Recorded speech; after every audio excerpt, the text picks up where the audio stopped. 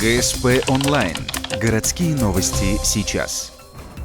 38-летнему ухтинцу грозит заключение за разбой с применением насилия, опасного для жизни и здоровья. По версии следствия, вечером 14 июня мужчина напал на продавца в одном из магазинов города. Он приставил нож к горлу женщины и потребовал отдать все деньги из кассы. Для большего убеждения гражданин нанес женщине несколько порезов в области шеи. Получив деньги в размере 32,5 тысяч рублей, скрылся с места преступления. Следующей жертвой стала продавец торгового павильона. Он также приставил жертве нож к горлу. Грабеж ему совершить не удалось. Спугнули посетители. Уголовное дело было направлено в отношении указанного лица по части 2 статьи 162 Уголовного кодекса, то есть это разбой применением оружия или предметов, использованных в качестве оружия, а также по части 1 статьи 19 угроза убийством и части 1 статьи 116 Уголовного кодекса.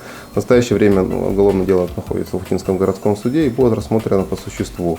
На момент совершения преступления ухтинец нигде не работал. Вину по предъявленным обвинениям полностью признал. За совершение преступления мужчине грозит до 10 лет лишения свободы.